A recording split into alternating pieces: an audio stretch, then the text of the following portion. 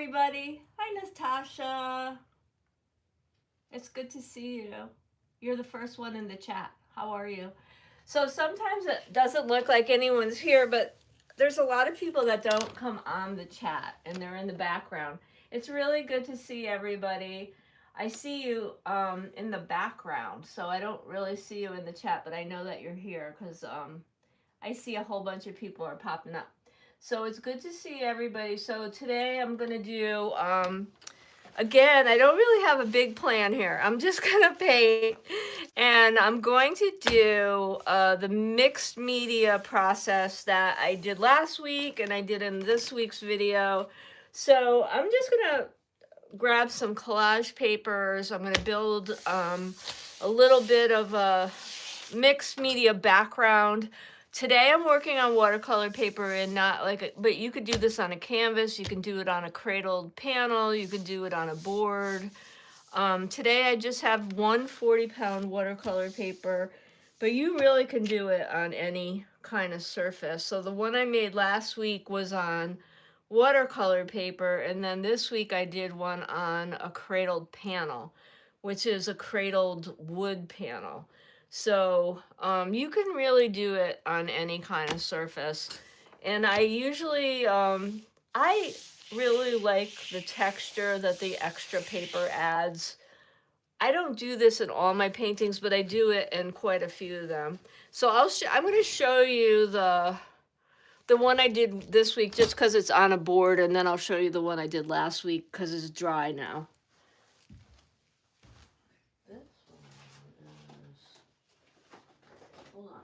This one.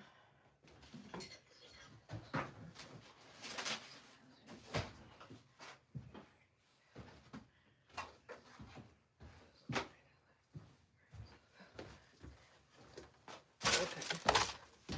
So this is the one I did last week, and it's on the same exact kind of paper I'm using today. And so I glued extra pieces of watercolor paper onto it, and then I collaged down lighter weight paper that was already painted. Okay, so that was, and I didn't have any sort of plan last week. I just drew a picture and painted. I added a bird, I did a whole bunch of stuff, and then I just let it kind of evolve. So while we're painting, oh, Natasha, you're so sweet. Oh, you're a sweetheart. So, anyway, I didn't have any sort of plan when I started. I just painted. It was really fun. I had a really stressful week the week before. And these are my favorite kind of things to do, where I just kind of lay it out. This is just regular 140-pound watercolor paper. I just reached into the collage box and grabbed just about anything I had in there and slapped it all down. And so when you're doing this kind of thing, it's really fun. It should be fun. It should be relaxing. It should be not stressful at all. Okay. This is the one I did in the video this week, and I want to show you the difference. This is a cradled wooden panel. I love working on these because I really like the surface. So I didn't do I usually do the edges later before I would show this or something or sell it. I like to finish these edges off with a color that goes with whatever. Okay. So I did the same thing here. I put down pieces of the paper, and then I added collage. At the very end of this painting, I decided I didn't like what was going on here. So I just took another piece of this collage paper and I just covered a whole section of it, and then I painted over it. And that's what's so nice about collage sometimes, because if you don't like what's happening, you could just, without having to stress out about re-gessoing and rethinking a whole area and repainting it, you could just cut. What I do is I blow dry it, and then this is what I did. And here's the piece of paper. I just happened to find it on the ground. Is that I just take a piece of tracing paper, I cut like a little pattern with it, and then I cut out the paper, And then I have a little template to make a piece of collage to lay down here. And I covered the area up, and that was it. And then I just painted a little to blend it all in. And I covered that whole place I didn't like. So it's really freeing. It's very relaxing to do things like that. So we're going to play today, and that's how I look at, you know, kind of all painting. I just kind of look at it like an exploration and play, and I try to be relaxed when I paint. I try not to stress out about stuff, so I want you to be there too. So today I have a bunch of stuff. I have a whole bunch of different collage papers and stuff. Today I just grabbed this piece of heavyweight paper. And this is just drawing paper. And I think at some point it was down on my table and I messed it up. So I think I'm going to cut some collage pieces just to lay down for a layer of texture. And then I'm going to put some painted collage down on this substrate. And what we call anything that we're painting on a substrate. So it could be paper, it could be a canvas, it could be, you know, whatever you're painting on is your substrate. Some people like to paint even on cardboard. That's like a big thing now. Recycled materials and all that stuff. And you can see, oh, I got kindergarten scissors. Oh, brother. That's okay. That's, you know, that's really typical. Whatever's on the table, I just pick up. Okay, so let's see. You can see how precise I am. I have no ruler out. I used to make jewelry, and jewelry makers are very, very precise, and I was not, because I just kind of get in there and do things, and I think it drives some people crazy. So if you're very precise, you need to just do your thing the way you do it. Measure. I might drive you nuts if you're not. If you're one of those people that's super precise, I'm going to drive you crazy, but because I'm not at all. All right, so I'm just going to get in here and I'm going to make some shapes and see what works. I'm going to put 2 on the bottom. I kind of like to do a grid, you know? And when I have the heavier paper, I'm going to get rid of this bent one. I'm not going to worry about anything that's already on this layer of paper at all. Now this paper might be light enough for me to use matte medium. When it's very heavy, like another piece of watercolor paper, I'm going to use PVA glue because the PVA glue is stronger. But I think I could get away with matte medium on this layer because this is not super heavy paper. This is probably 90-pound paper or 80-pound drawing paper. Oh, I think I need it thicker. Okay, I need a wider piece. So I just kind of do things like this. I mean, I think like the whole like process part of like laying the paper down and all that kind of is like, it's almost like a door opener for me when I start laying down the collage and like thinking about what goes on next and all that. It's kind of part of the process of making these paintings for me. I don't know. I really like the way it gives like a little dimension. So I'm going to do that. I love an odd number of things. I'm going to just put down, so this is matte medium. Matte medium, you know, we use it in painting for all kinds of stuff.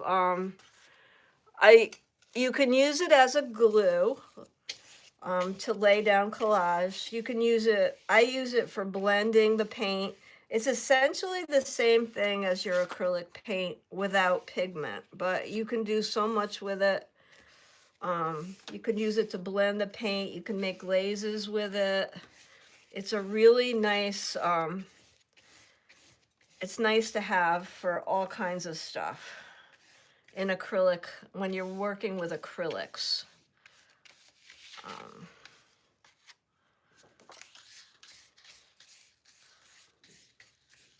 and when you're doing collage, you really need to put the medium on top and underneath. The other thing about matte medium is that you can paint directly over it. You can draw on top of it. It's not, because it actually is not glue. It's exactly like the paint. It has the same properties.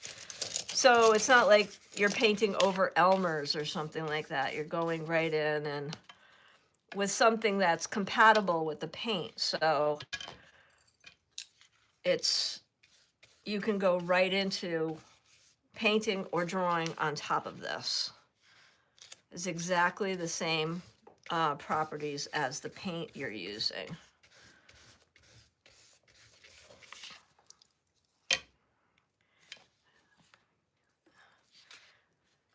Okay.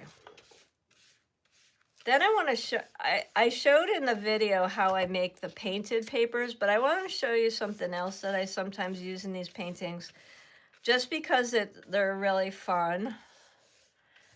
And if you're painting a lot, you probably already have these laying around and don't know what to do with them other than throw them away. Artists are such scavengers, so you'll love this.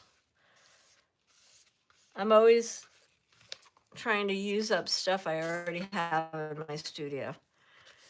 So if I have an especially nice one of these, I save these. So a lot of times, and I make these really cool art books with these all the time, and I make art journals with them, but I save sometimes I will save my palettes because I feel like they're really gorgeous. So this is a painting palette. It kind of looks like an abstract painting already. And I could actually go in here. When I look at this, I can already see a garden. Like I could literally take, and I love how textural it is because I wasn't trying to make a painting. So it's got blobs of paint and it's not the way I would normally paint, but it's got like really thick paint in some areas. But I could literally go in here with a drawing tool and redraw this, paint some areas out and have a beautiful garden in like, probably a half hour.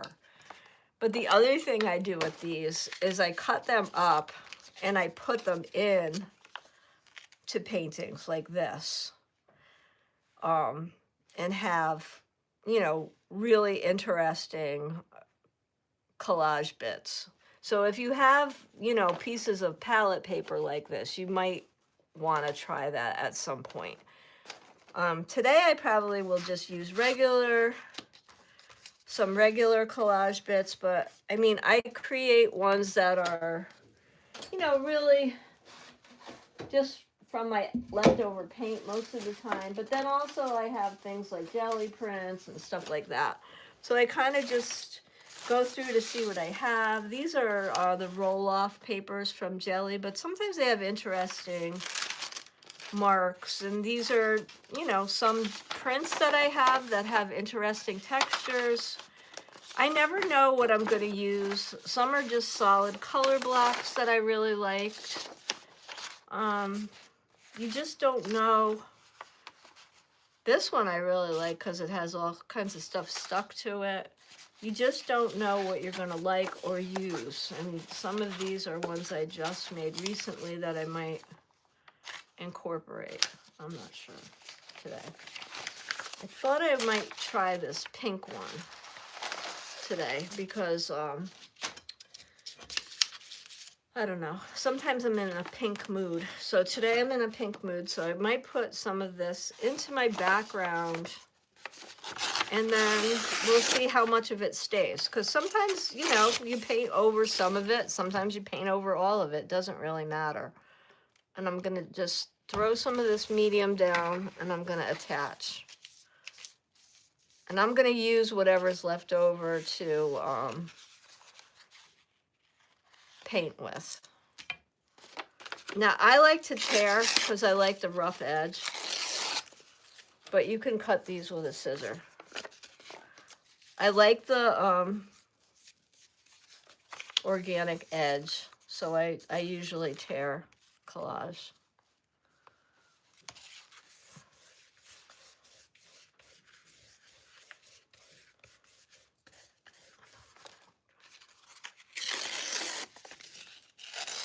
I don't really like hard edges on.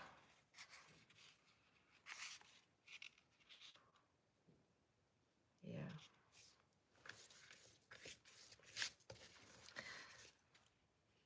If I know I'm doing plants and there's going to be green, I want something to put that's going to be a complementary color. So that's why I'm going with the pink and the red in this background before I even get started, because I know I'm going to want to put some kind of a complementary color to the greens and stuff that I'll have. I'll probably use that whole piece of paper in here.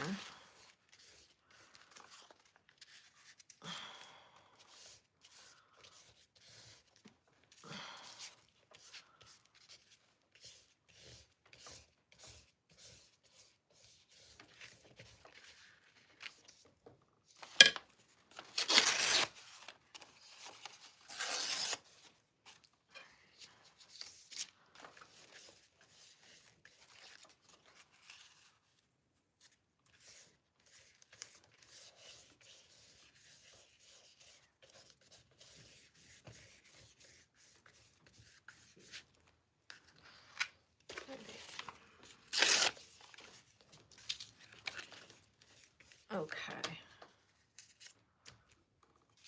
Now, don't be shy to ask questions if you have any questions at all. I check the chat even once I start really getting in here. Hi, Gunny. Hi, Forgotten Cliffs. I am a she, her. Thank you for asking, because I have a lot of friends that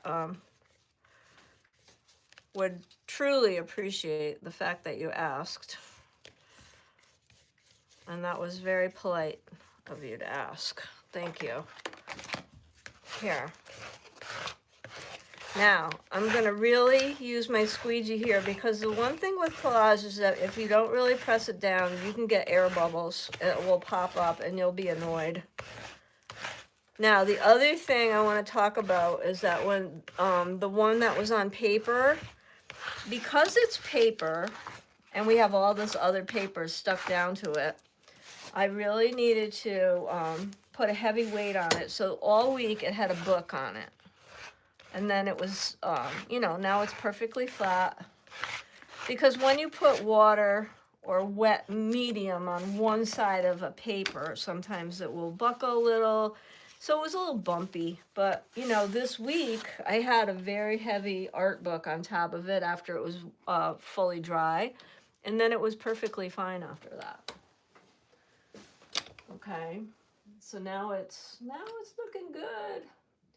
All right, so let's see. I'm gonna start drawing. I have in mind a couple things, and I have a painting, and I have it in it wasn't the painting I did last week. It was one that I did a long time ago as kind of a loose idea. And then I have so it was the other one with the big flower in the center that was in the thumbnail reference for this live stream. So I'm going to kind of use that as an idea.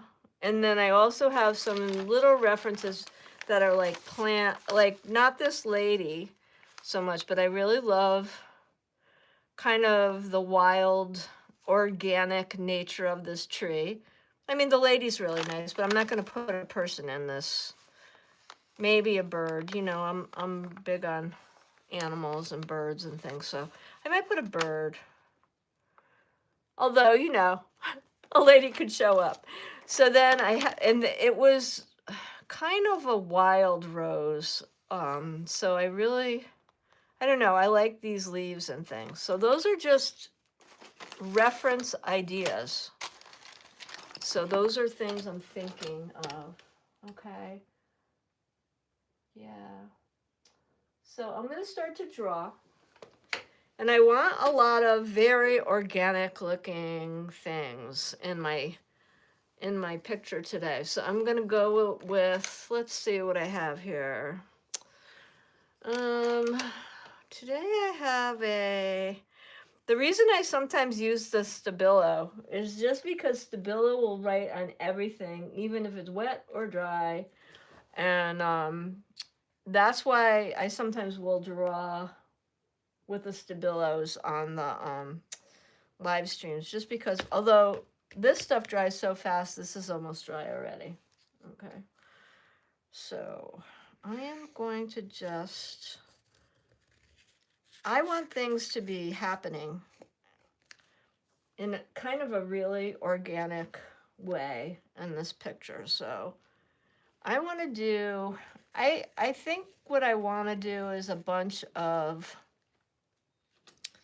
now we have these kind of really organic looking flowers, wild roses where I live. They just come up everywhere. You have to, they're almost like a weed, but they're just, they smell heavenly. So like a lot of the new varieties and stuff, they don't smell like the old roses do, but these, the ones that come up in the meadows and in the fields and stuff, they just smell so beautiful. They're just amazing. So I have some that I allow to come up, but you have to really keep an eye on them because they're very wild. So I'm gonna put 3, I think, instead of one big one. And then I'm just gonna put a lot of really interesting foliage that kind of winds around, and then maybe I'll do a bird someplace in here. I just want something just really interesting looking.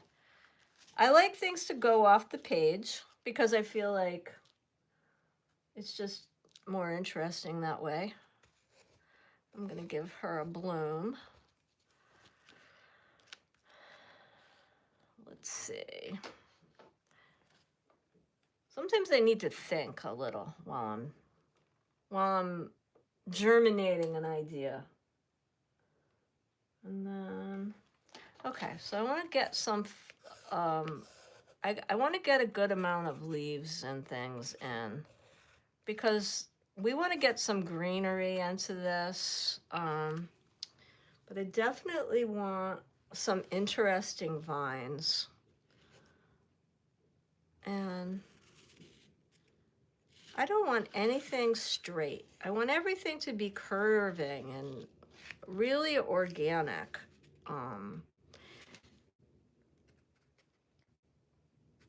I want a lot of interest.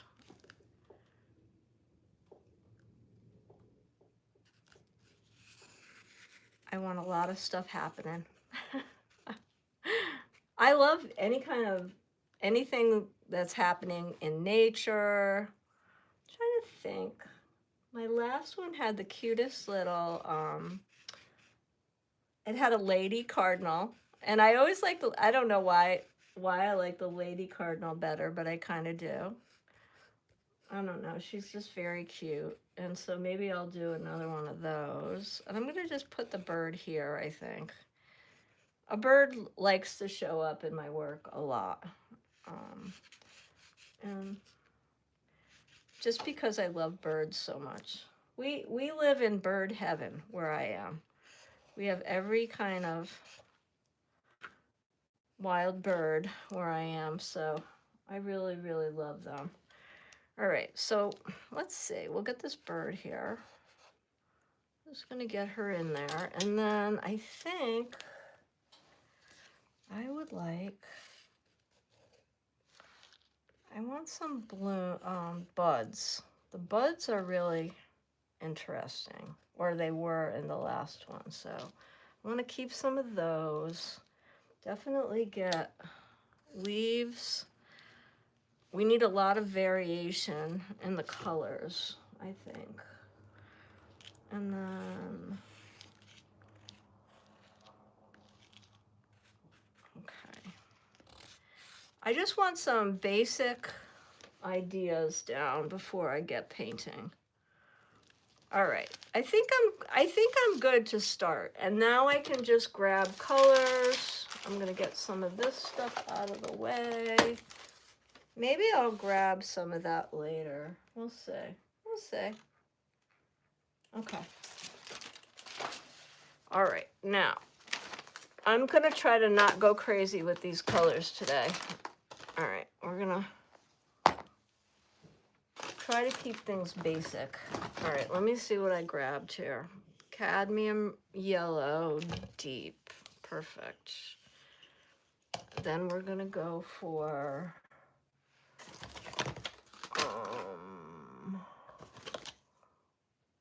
nope.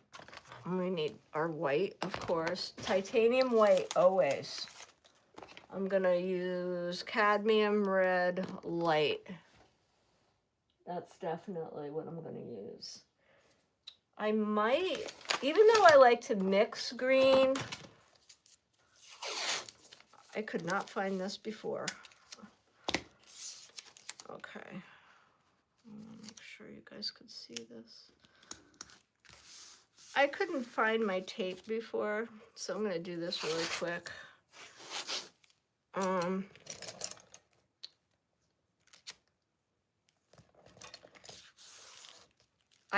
I'm going to use a little bit of permanent green, which is a really nice green, and I will still be mixing some greens with that, but and mixing greens from my my regular blue as well. So by choosing the cadmium red, I'm gonna get a warmer, not as bright color palette today. Because when I go with the magenta, it's a much brighter palette. This is going to be a more nature-y palette because we're doing a nature subject. So it's more organic and not as bright. Sometimes when I do the portraits, I go for the other blue. Let me see. This is too bright. I'm looking for my cerulean blue, which is the one I really want. Let me see. This is what happens sometimes when you start without a plan, because you're like, where's that one I need? Oh, I found it. Here it is. Okay, so cerulean blue. Cerulean blue is a good one for me right now. All right, let's go with the white. I'm going to give myself 2 blobs because I mess up my white. I use a ton of white. That's why I get the giant white. Oh. The tub is too hard to use, otherwise I would buy it in the tub. The tub is difficult. All right, let's see. That's the cadmium red. We are going to use that. We're going to use this. Okay. I think I'm going to add a little bit of this rose pink. We'll mix some pinks too, but I think a little of this is going to be helpful. All right. There. All right, if I need anything else, I'll go back in. Maybe add, okay. Sometimes I add just a tiny amount of black, just to make that the darker shades. Okay, so we're gonna get going on this color mixing thing here. Permanent green. I promised you permanent green, and I did not deliver here it is. There it is. Okay. Permanent green is a light, warm green, and it mixes beautiful greens. So that's why I wanted to have some on my tray today. Okay. So we can mix some cooler and lighter, warmer greens with it. So that's why I'm going to use it today. Okay, so the first thing I want to do is I think I'm going to paint out my flowers so you guys can actually see what they're going to be. They're going to be lighter. They're going to be white roses. So I'm going to just come in and do some of those. I'm just going to block them out. I'm not going to even worry about doing anything other than putting in where they go right now. I'm not going to worry about any of that. Okay.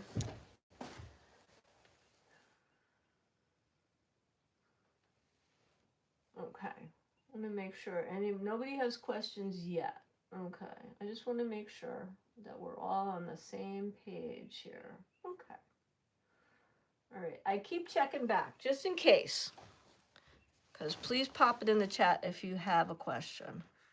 All right. Now I'm going to just do this. All right. So we get into these layers when we're doing these paintings. So this is just the first pass over, the first layer.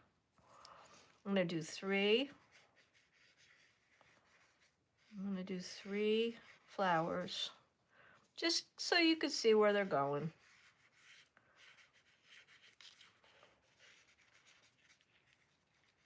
Having the collage down really just gets you over that fear of the weight of the page. It really does. Because then you don't have that initial, oh my God, it's all, oh my God, what am I going to do? There's no plan. There's no plan. I can't see the plan. All right. And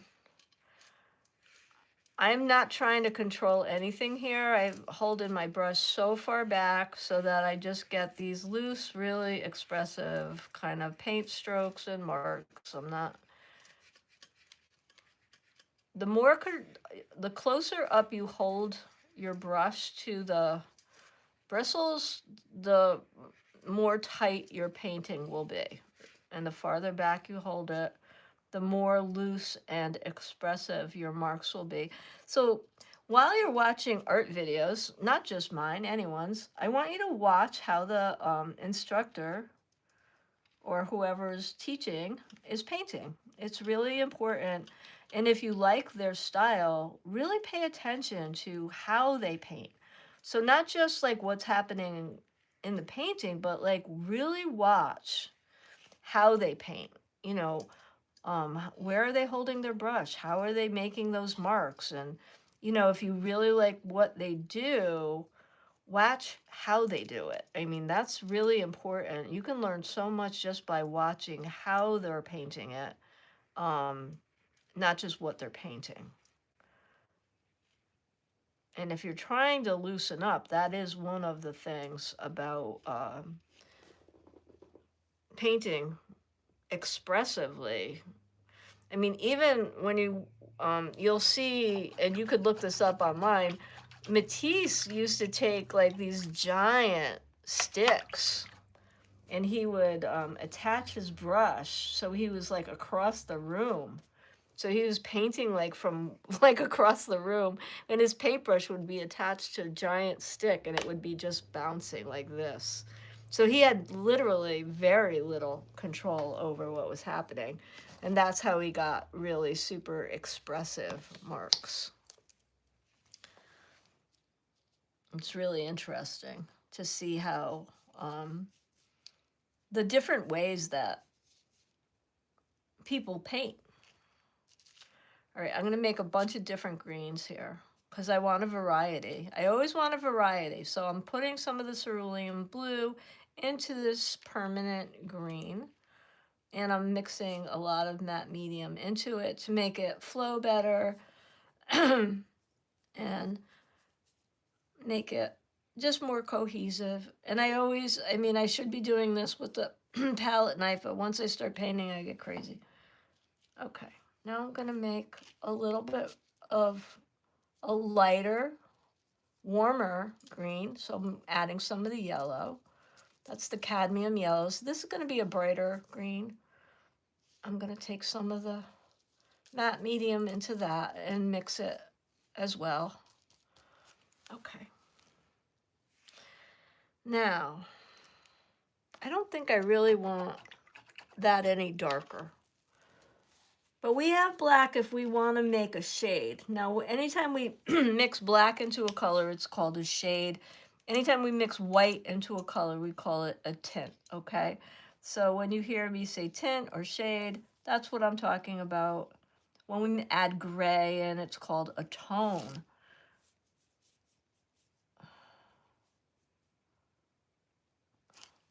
All right.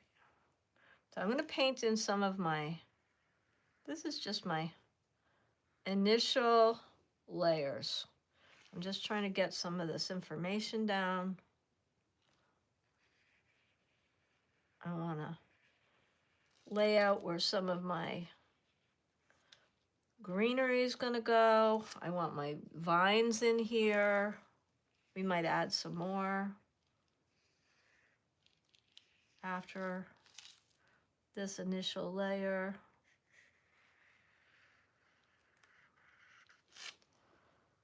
Okay.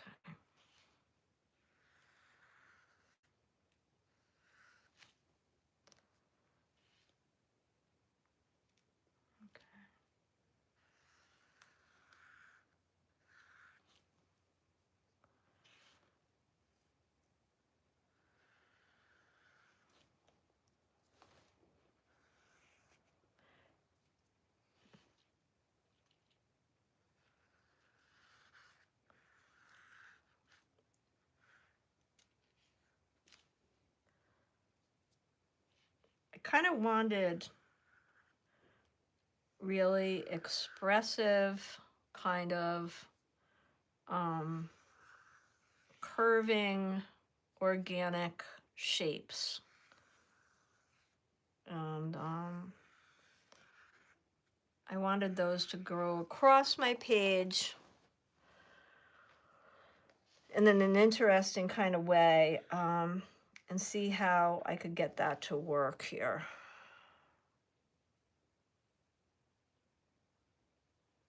Okay.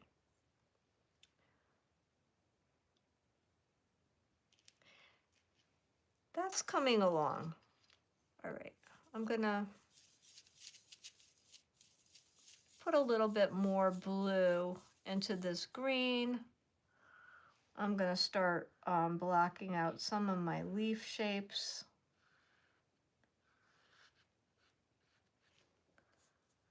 And see if I like where those are.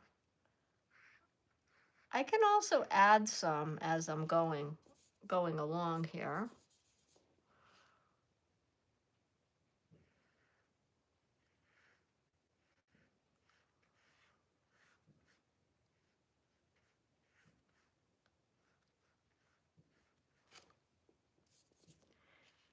And I can also see how the colors are working with my pink background.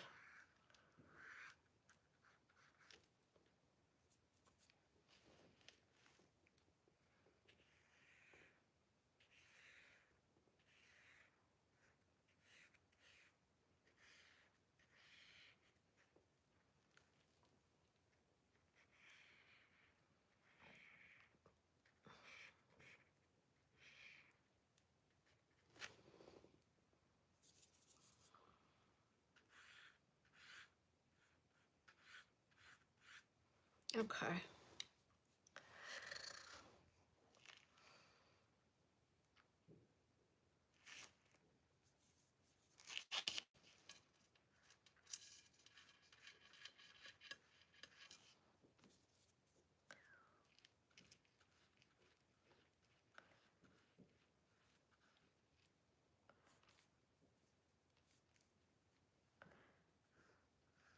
Once I start laying this stuff down, I kind of go back in and I'm gonna go put more color into some of these. I want to give some of these more warmth, and other ones I want to have them be cooler. And a lot of times when you do that, it kind of will just indicate, like, you know, that particular area might just be getting more light, or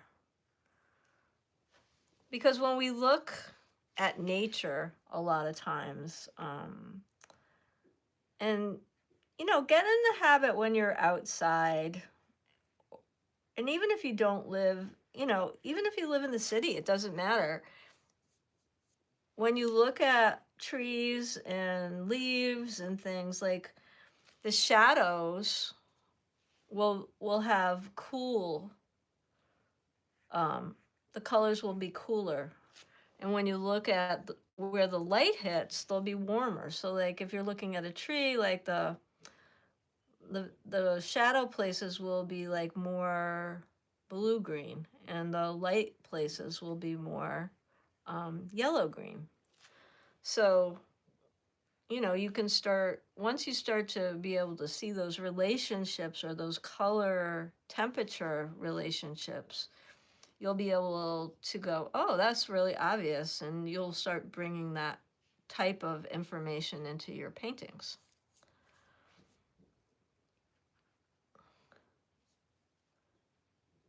Okay.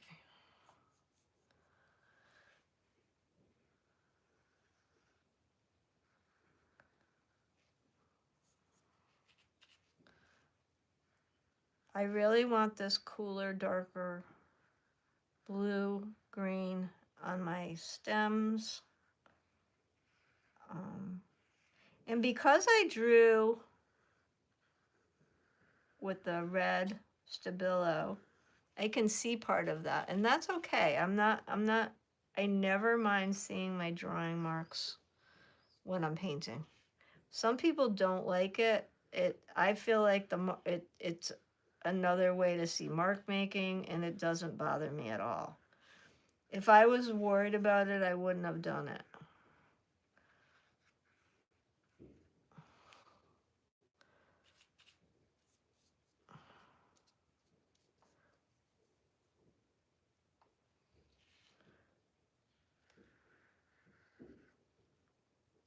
You can do it with something else, or a lighter color, or a different color if you don't want it to show.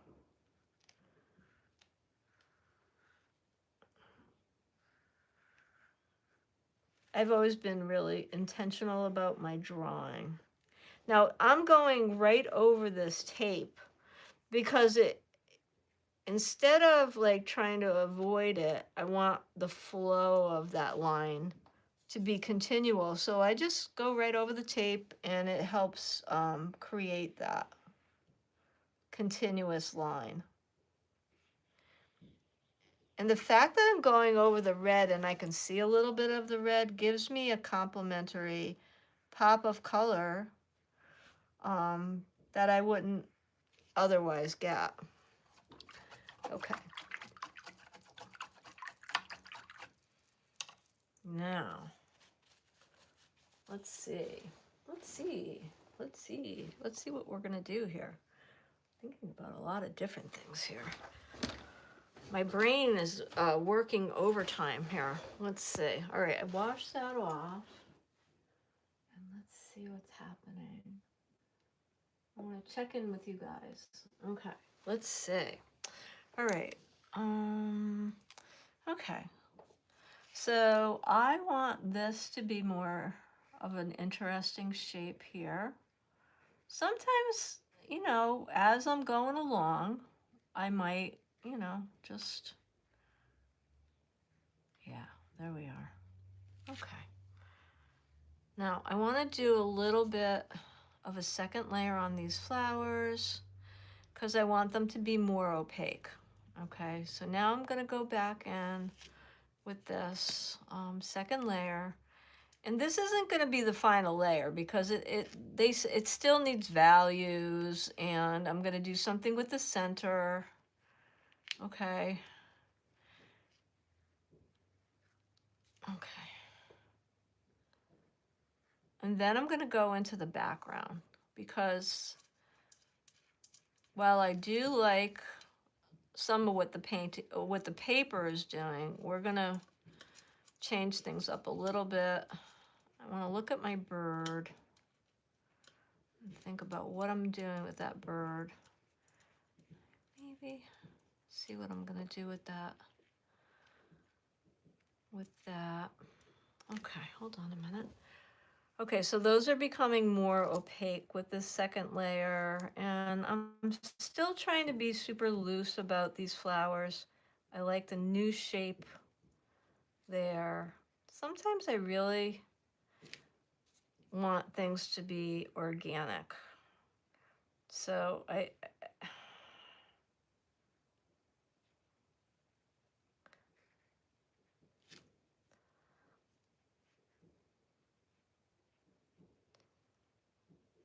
love, you know, natural looking curves and okay.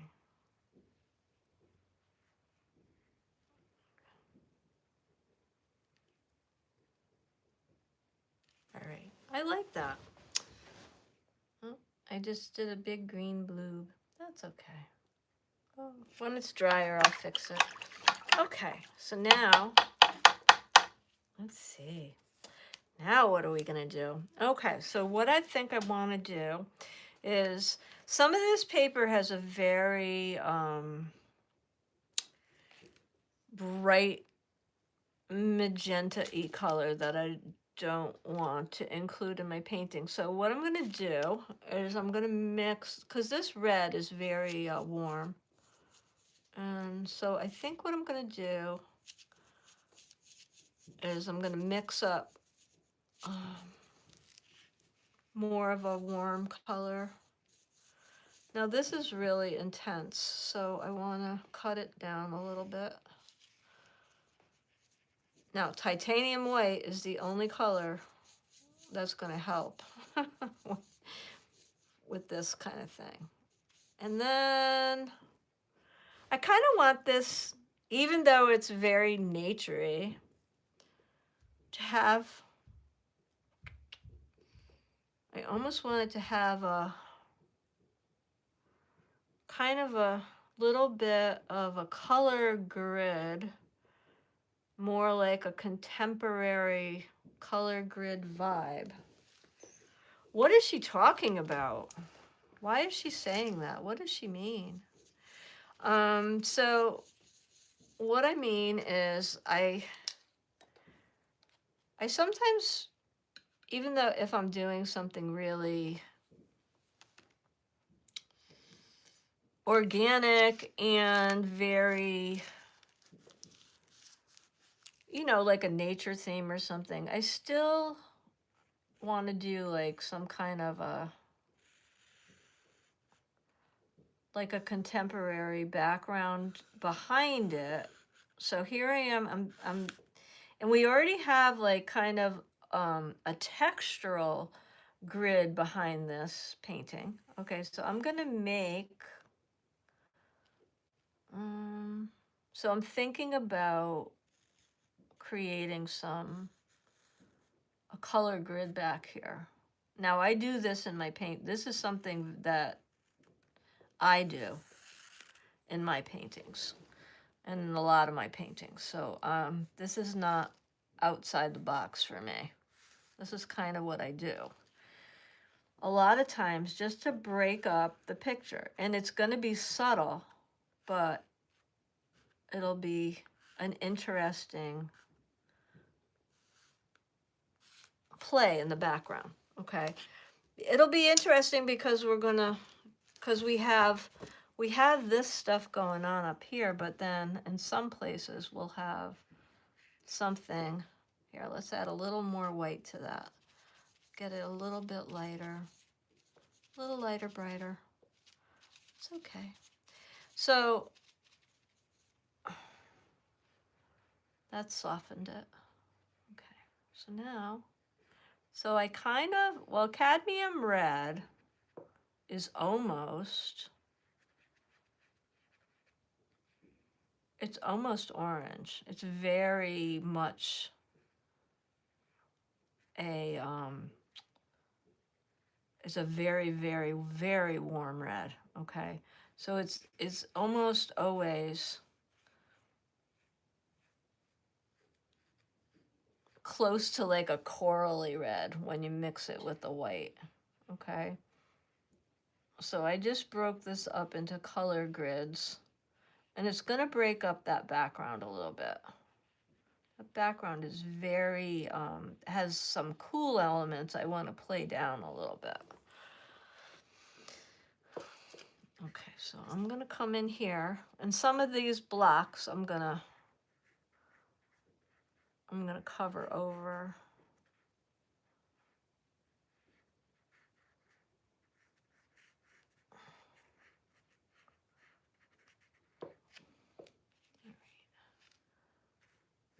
You'll see what I'm doing.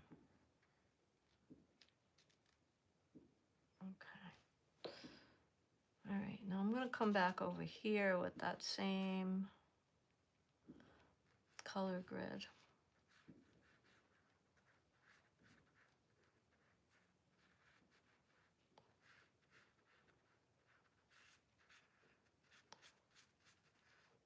Now I'm going right over my tape because I, you know, that's just, the tape is just there.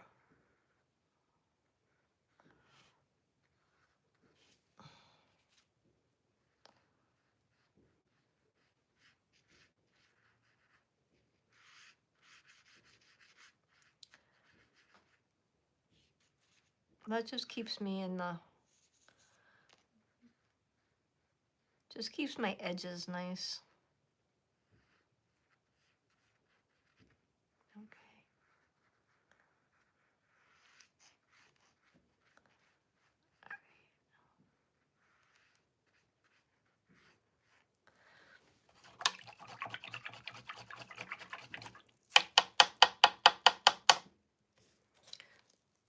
Sometimes if you make these into like a glaze, like I'm gonna take this color now and I'm gonna make it into a thinner kind of a glaze. So when you're adding a higher ratio of medium to a color, you get like a glaze. Okay, so I'm gonna make a glaze here, and I'm gonna go over some of the painted paper and see if I like that.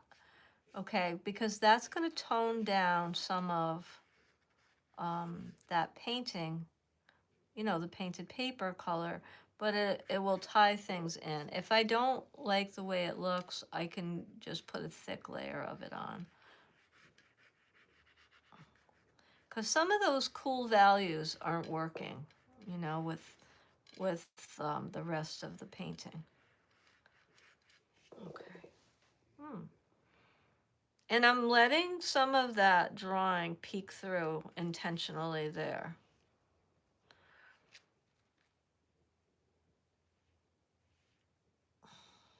Okay. Which I do like that. Okay.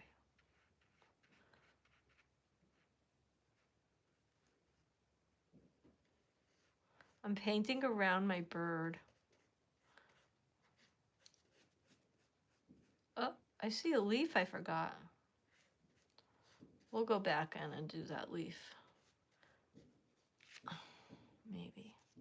Maybe I did it on, no, I think I didn't want that leaf. I think I intentionally left it out. Okay.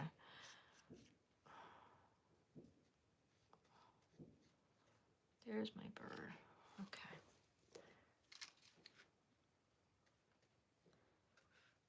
Sometimes I like to make these like, I don't make them super symmetrical. I want things to be a little bit uneven when I do these. Now when this dries, you're still going to be able to see a little bit of the underpainting. Okay. And then I'm kind of asking myself, do I like that? I do kind of like it. I like it a lot. So I'm going to continue with this idea here.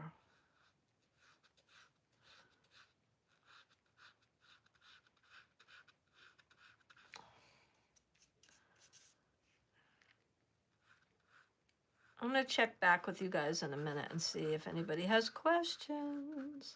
Now I know, look what I did. Now see, this is the thing. Once you start filling stuff in, you're like, hey, wait a minute, look at this. Look what you did. Look what you did, lady. You forgot a whole line here. Now, a lot of times this stuff doesn't become obvious until you're really working into another area. So don't get stressed out. You just fill it in, whatever. Make a shape, make another shape. It's not a big deal. Just fill that in with something. Now this guy, I'm going to have him come over here, but then maybe we'll do this and have another bud. Have a bud. I really like the little buds. Mhm.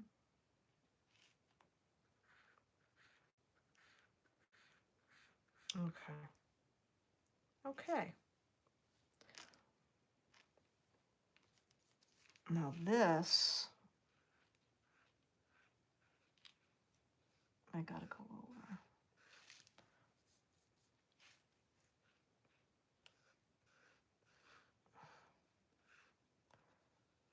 I feel like acrylic painting is really, like you shouldn't have any fear because it's so easy to fix.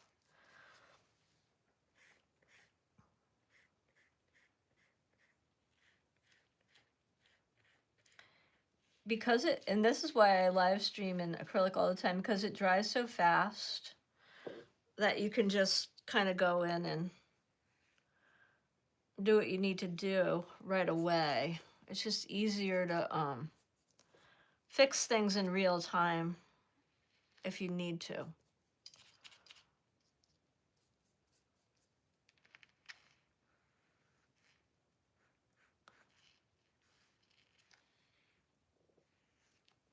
Okay. I'm spraying my paint just so that it stays, so it doesn't dry too fast, because that's the only problem, is that it can dry too fast, a little bit too fast if you let it. Okay, so now I'm gonna grab a different brush and go here. All right, now paint here.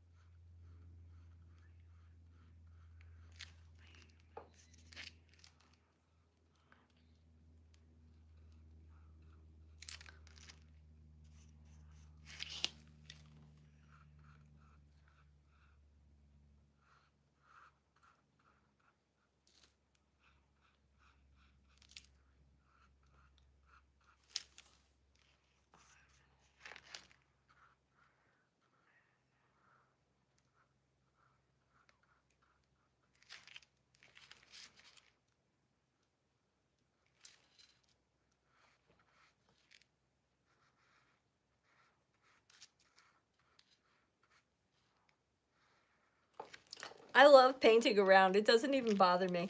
It's like fun for me. I just really enjoy the process of painting around. I know it probably drives some people crazy. I find it really relaxing. I don't know why. It probably seems nuts. All right, I got to mix a little bit more of this darker color because I'm going to come in here and get around this bird and this leaf.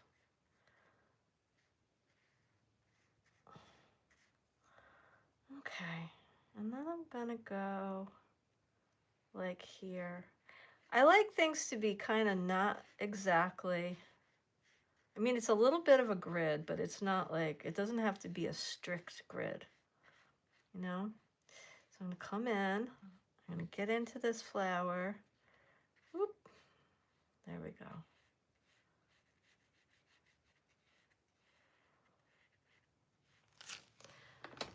And I like letting stuff, a little bit of it peek out. So I'm gonna leave little places of it on this picture. And where I did it really thin, you can kind of see those textural marks and the mark making behind it. So I'm going to do more of that up here, I think. I'm just going to go in a little bit very loosely here and not really cover all of it back up in here.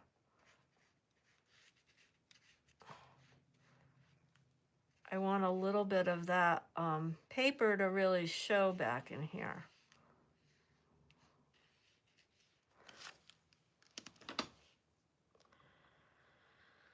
Okay.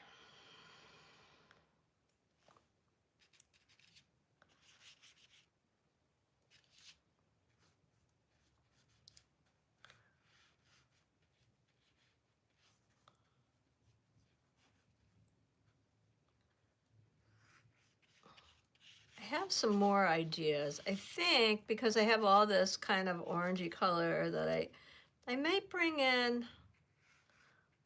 a little bit of like a light, thinking maybe the other painting had a little bit of blue in it, and I do have a little bit of blue in the leaves, but I think I might bring in a butterfly or something, maybe like a little blue butterfly, because that would be, I think there might have been one in the other painting, and that really brought out the blue.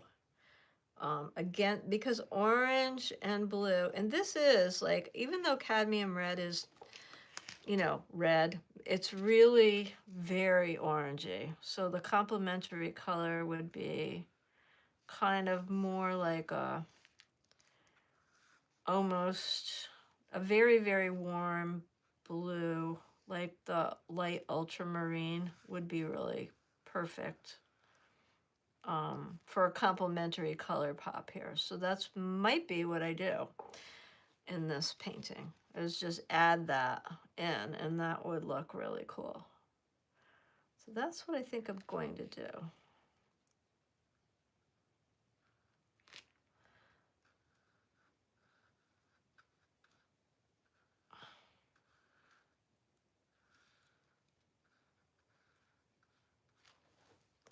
Here we are.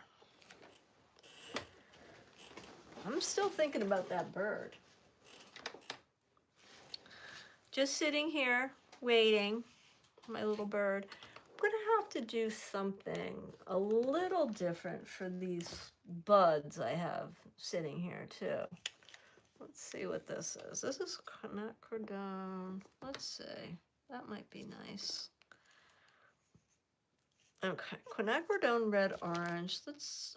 I know I'm switching gears here, but yeah, that's nice. I want to add some of these little buds. This is a cooler red orange that I'm going to pop in for these buds now.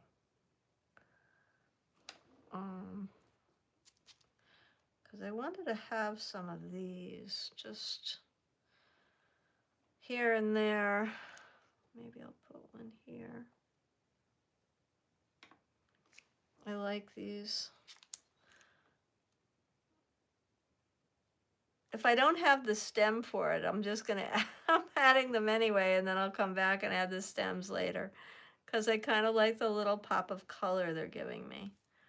And then in here, I want some of that color and the insides of these. Yeah, and the insides of those flowers, I kind of like that color. And then maybe we can make a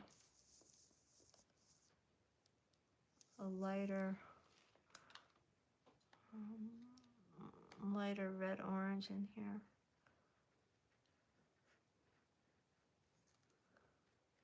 Okay.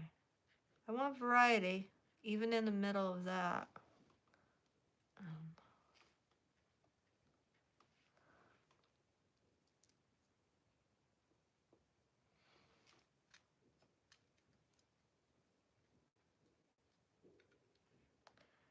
All right, I'm putting a little bit of dark marks in the centers of these flowers.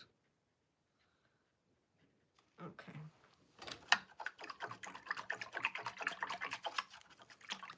All right.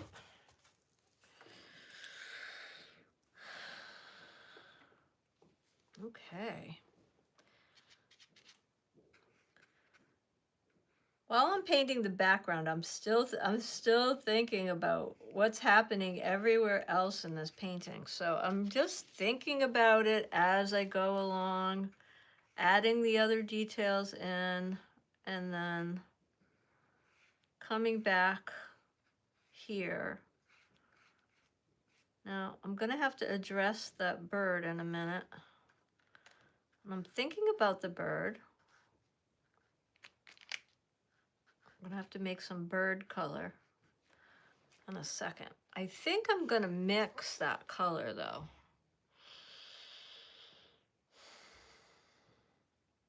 I am gonna mix the bird, that bird color. All right.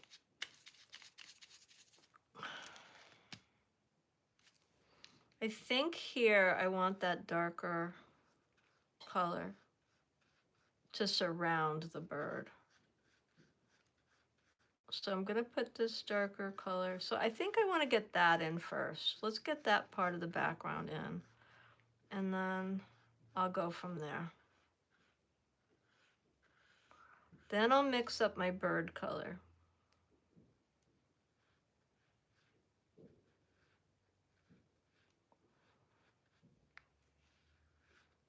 All right. I kind of reshape the bottom of the bird. Sometimes I'll do that. If I'm, I redraw things sometimes with the paint. If I do a quick drawing, sometimes I'll redraw the image or part of the image with my paintbrush later. If I think something doesn't look right, that's just how I do it.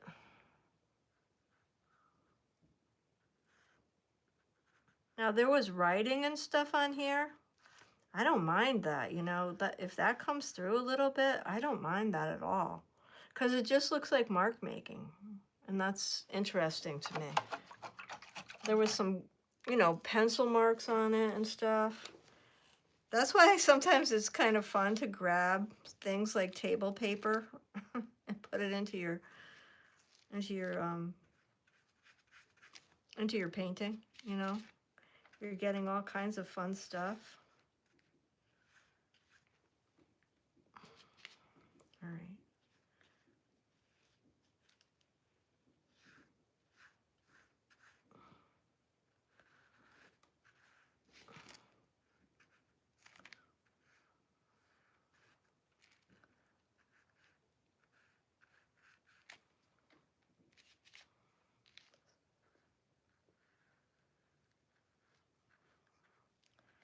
I don't worry about, like, if I mess up like part of the leaves or the whatever, I go back later and fix that kind of stuff. I'm not worried about that right now.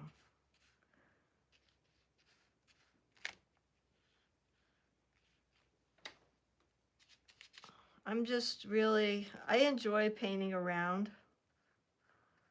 I find it really calming.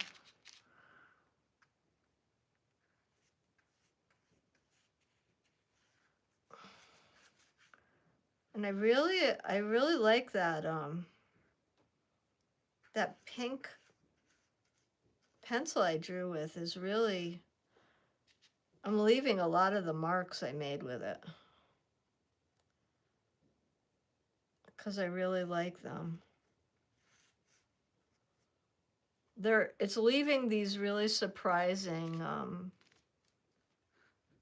unexpected, complementary color pops in weird places that I wouldn't have expected to see them, which I like. All right.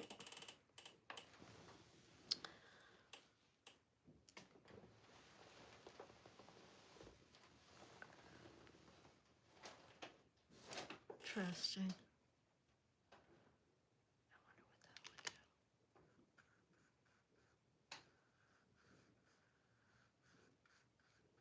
I'm kind of playing with what it would look like if I went in with this really dark. I think it might be too much, but I might do a darker version. I wanted to see what would happen if I put in, you know, that's the thing. It's like if you want to try something, just throw it in, and if it doesn't work, just fix it. I wanted to see what would happen if I put the straight cadmium in, and I think it was a little bit too harsh, so I'm going over it now with a tint, a dark tint, but it's still a tint. It's got the white in it, so.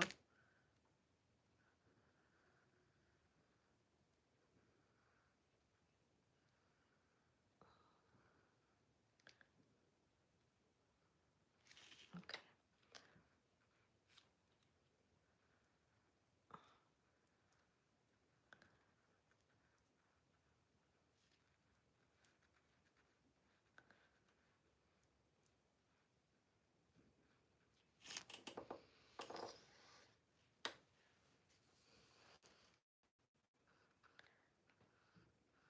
All right, so my plan now that I actually have a plan, is going to be some, maybe at least one little blue butterfly, painting the bird, and then touch-ups. That's what my plan is. Okay.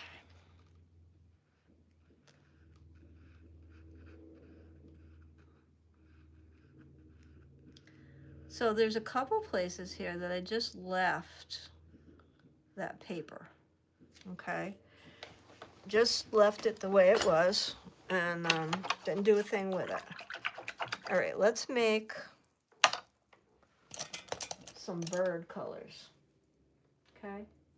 No questions, anybody? I would be happy to answer anything. All right. Brown. So what we're gonna do is we're gonna make real orange. So we're gonna take that cadmium, put a little bit of yellow into it, and make a really bright orange. Okay, I'm gonna put more yellow, All right, so now it's a bright orange.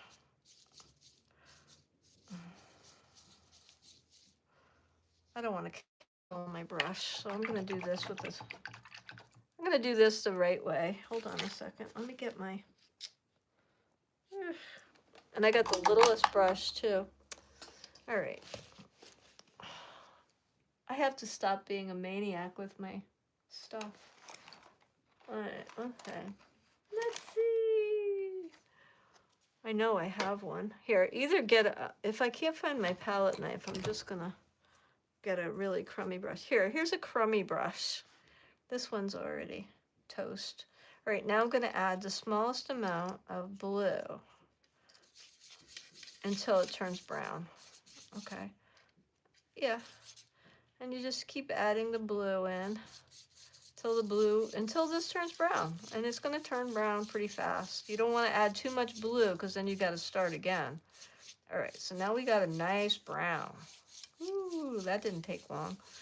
All right, so now this is how you make, I mean, this is the same way we make face colors, you know. And so now if we were going to do, a face, we would just add white until we got however lighter or darker we needed to go. Like if we needed to go darker, we would add a little more black. We could add black. And if you want to go lighter, you add more white, more blue for darker values, etc. So it's pretty easy to get there from here. All right, let's see.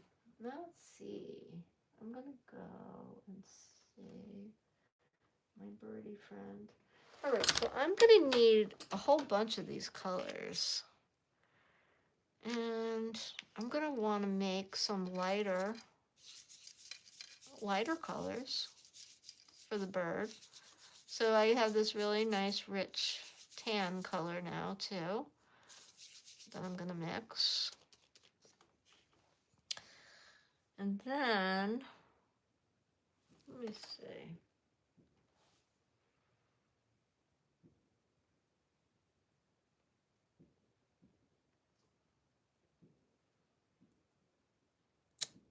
All right, that's what I'm going to do.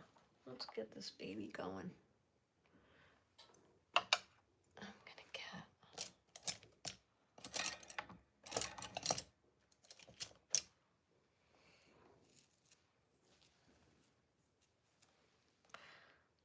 get his beak done. Okay, so I'm going to do a lighter color on the beak, I think.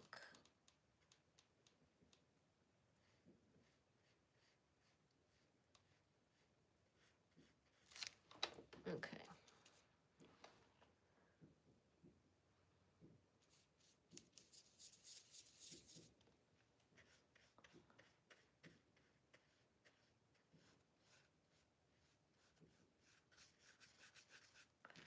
Yeah, we gotta get the bird painted.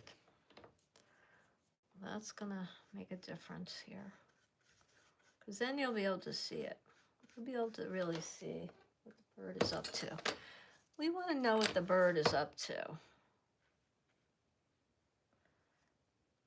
I like my paintings to be kind of narrative and tell a little story.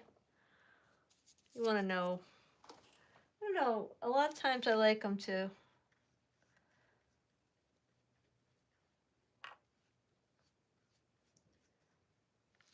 be engaged with all the little characters in my paintings.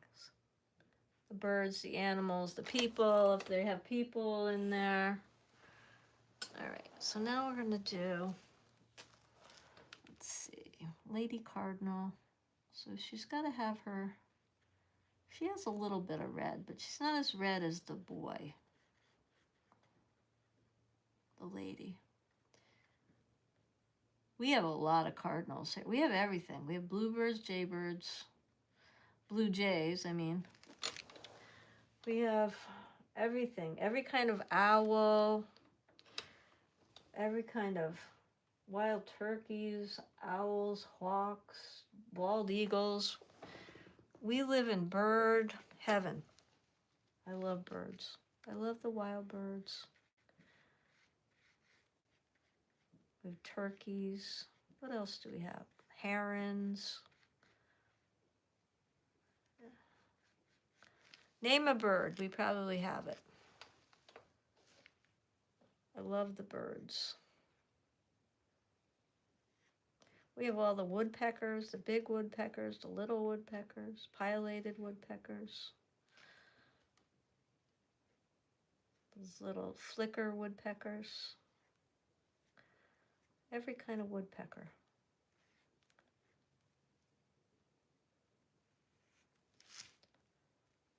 I don't know. Okay, this bird is coming out. Let's see. Can we make a darker version of this? Yes, we can. How do we do it? We add a little blue. We want it to get really dark.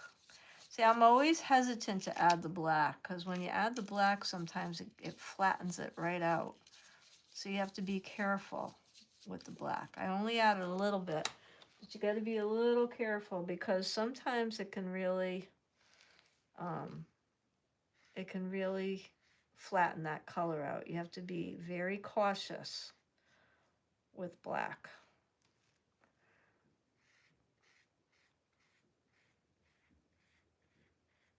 Not that you can't go back over it. You can, but black is a little, be careful with it because sometimes you add too much and you can really mess your painting up.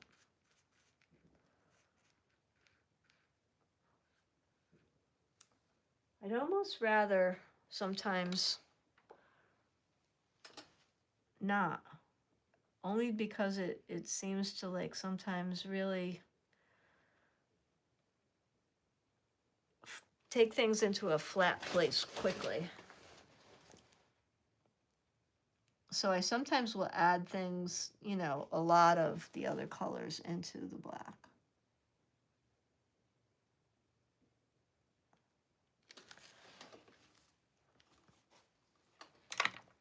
There I'm trying to do my eye here.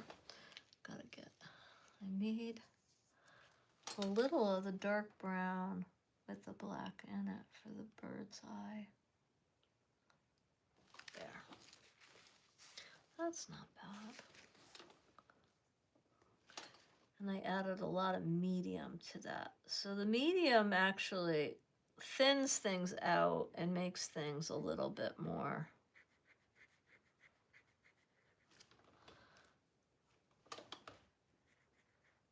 easy to, you know, spread out, and stuff back here I want to redefine a little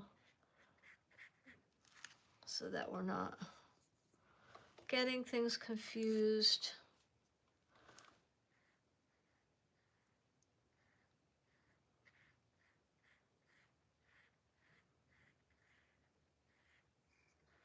Okay, that's good. Okay.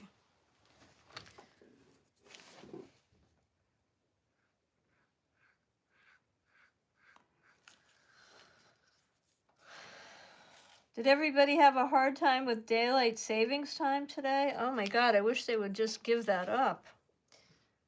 That was hard today. I don't like springing ahead, folks, because I'm not already a morning person. I don't like the extra, having to get up that extra early time. I think we should just leave things alone. I don't know. Maybe it's just me. I don't need the extra shock in the morning. I don't need the extra little surprise of an hour early.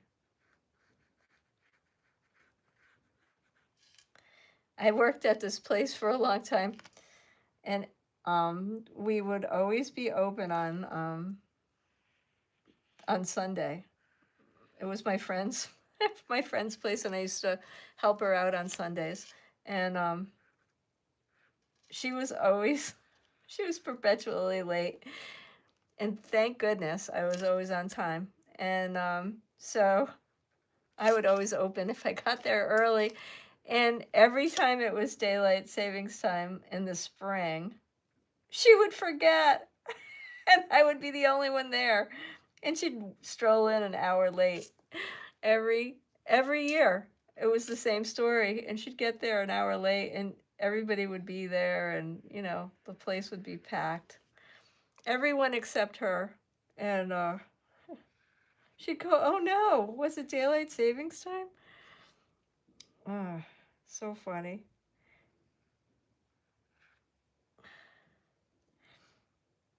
She probably still does it because she still has the same place, and I don't help out there anymore, but I'm sure she's still doing it. Which is hilarious.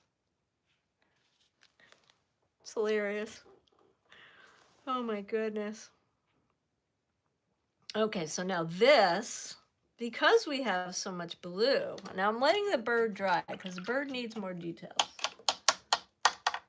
The bird needs a lot, but I'm going to leave it where it is right now because I'm going to pop in some other things in places that are dry.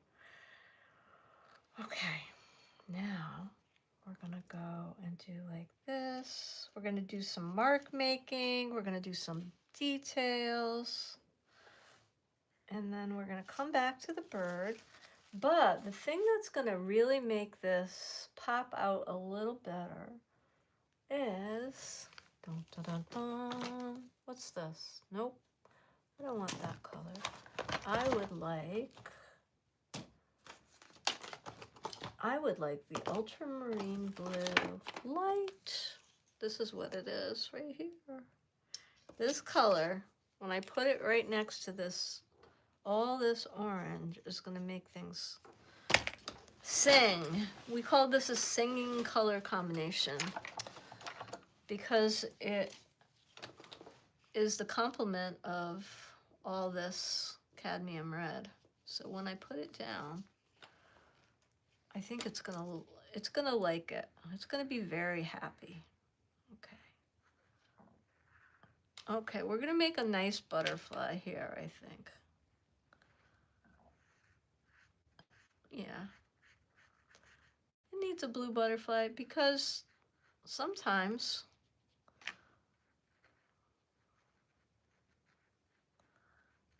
and maybe I'm just like dying for the spring and blue butterflies. We have these really pretty little butterflies that are exactly this color. But they're these teeny tiny ones. Everybody wants those big ones. I mean, we have the big ones too. We're also in pollinator heaven here because we have, hummingbirds, and I have a big meadow behind my house, and so we have a big stand of milkweed. So we have, everybody talks about how, it's true, the monarchs are in real trouble, but I have them every year because we have so much milkweed. My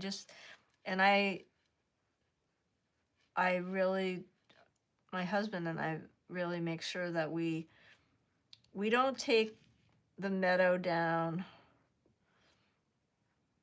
until after the butterflies are all flown. We watch until we see them all flying, and then we will take them. We're very cautious about when we mow our back meadow because we want to make sure all the butterflies have flown away and everybody's out and flying before we take it down. And because it has to be maintained, you can't just let it overgrow because you'd have woods in no time flat. But you really do have to make sure that they get out of their cocoons and all that stuff. But we make sure that stand of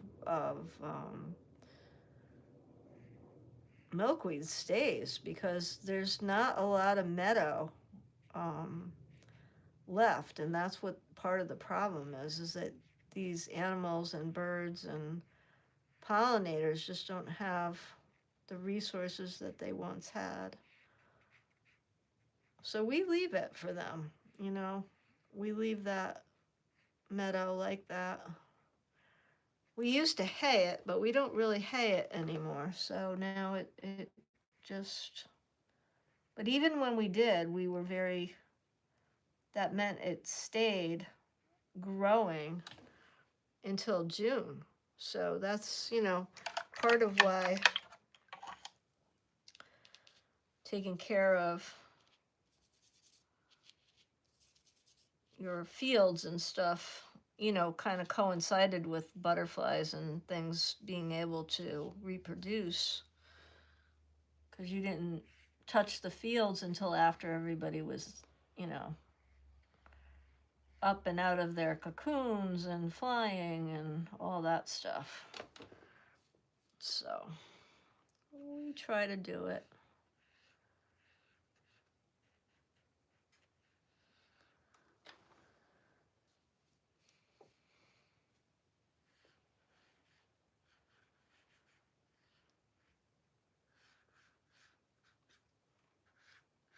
Now I'm adding more and creating a darker blue green for the same reason. And I'm not using the ultramarine blue, I'm using the cerulean blue I initially put down to create more of that blue green so I can get that same complementary color pop happening in more places. Okay, so and then some of my green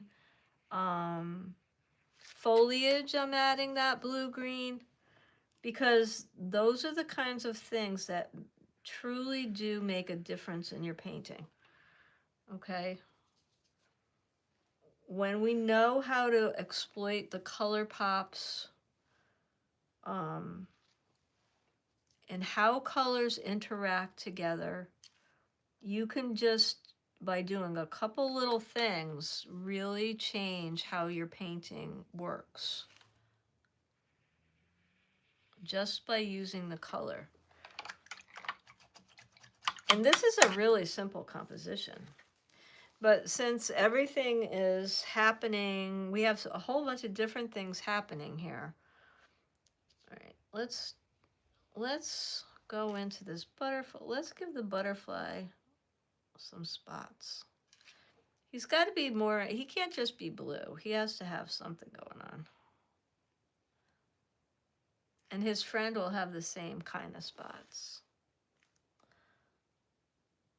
Okay.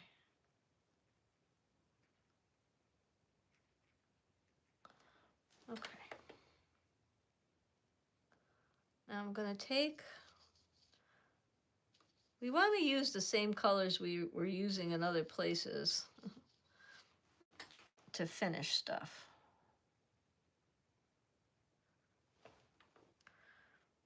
So.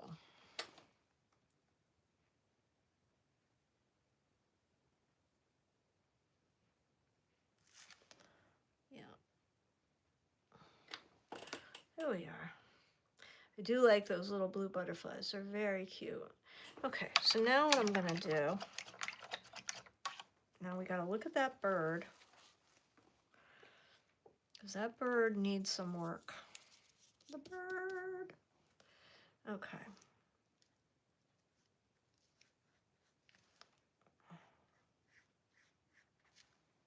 All right. I got to bring some life into this bird. Birds always need mark making. Okay, so I'm going to put some business into his wings. I'm going to give him some spots here. And then I'm going to give him some dark values. So I'm mixing up almost like a dark gray value. Putting some matte medium in. And then we're just going to put some dark values into the bird. So I'm not using black. I'm making a very dark gray. It's got some brown in it. So in some of these areas, we're going in with a darker value.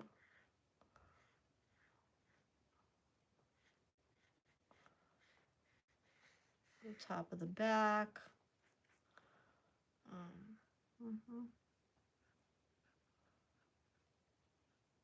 I'm going to indicate feet, but I'm not really drawing feet. You know, I'm just kind of.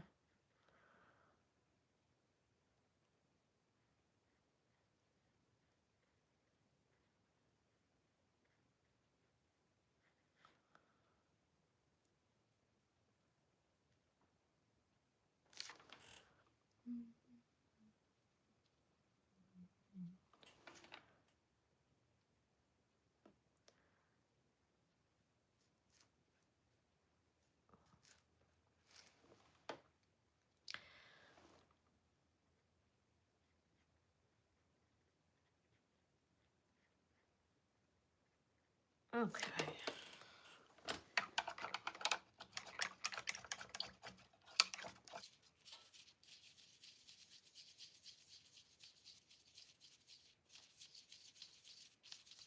Okay.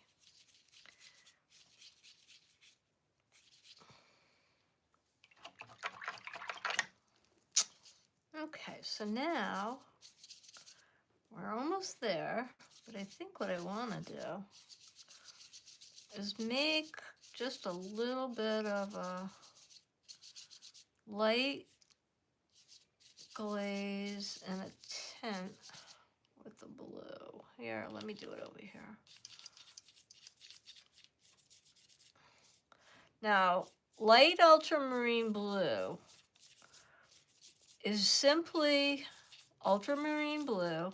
You can buy it like this, but all it is the regular ultramarine blue that Golden made into a color that's already pre-mixed with the titanium white. You don't have to buy it like that. You could just make it. I find it really convenient because I like that particular color, and I do use kind of a lot of it. You don't have to use it or buy it like that. You can just buy ultramarine blue and use it that way yourself. You could just mix it up yourself. You don't have to buy it like that. I use this color a lot though, so I like it and I buy it like that. But you can make your own. And now I'm just gonna mix a little bit. I made a lighter tint now. And I'm gonna do a little bit of shadows on these leaves, on these flowers here, just to indicate a little bit of values. And this will also give me more of the complementary pop. So I'm creating cool values on the flowers, but I'm also giving myself an opportunity to create more of the complementary color pop with the orange that surrounds the flowers, okay? So this is like this is a way to sneak in more blue, okay?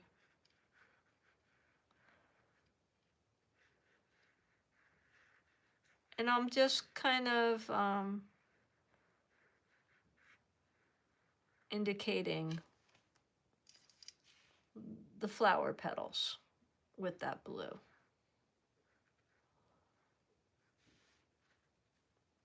Okay. I do like a little bit of mark making on things, and I think, you know, it just adds a little bit to the painting. And it also is like really popping against the orangey color there.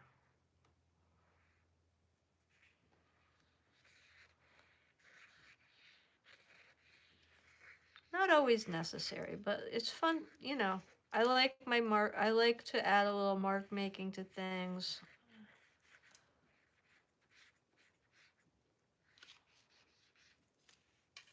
Again, I'm like really working far back because I don't want to.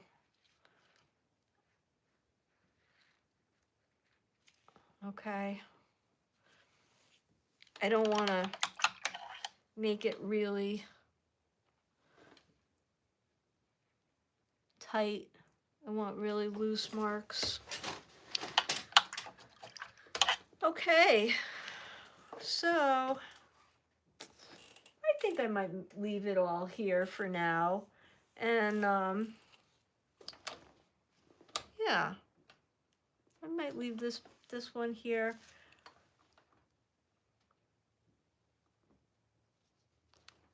I think what I want to do is this. Something is making me want to put some of this color around my bird.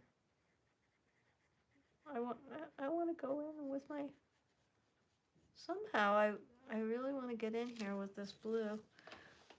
Something's making me do this and I don't know what it is. I gotta follow my instincts. Sometimes I do stuff that even I don't know why I'm doing it. I'm like, this bird needs blue around it. It really does. In order to really pop out. It's all right. Sometimes you really got to follow what your instincts tell you to do. And so right now I'm really feeling like I need to do something like this. I don't know what that... You know what? Sometimes I just have to follow what's going on in my brain. All right, let's see where this leads. Never mind, I was just about to stop, and now I'm like, maybe I need to do this. All right, let's see what this wants to do. I don't know. Now I put this on as a really thin glaze, and now I'm scratching through. Let's see what happens with this. Maybe oh, maybe I need to put the green back for the leaf. Oh, I like that.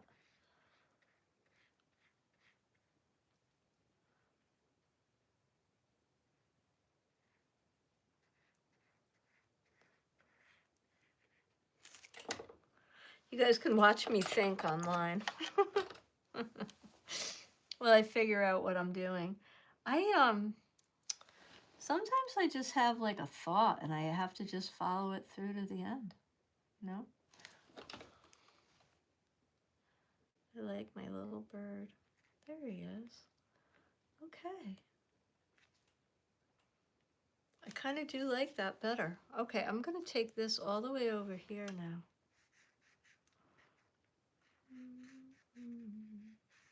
There we go.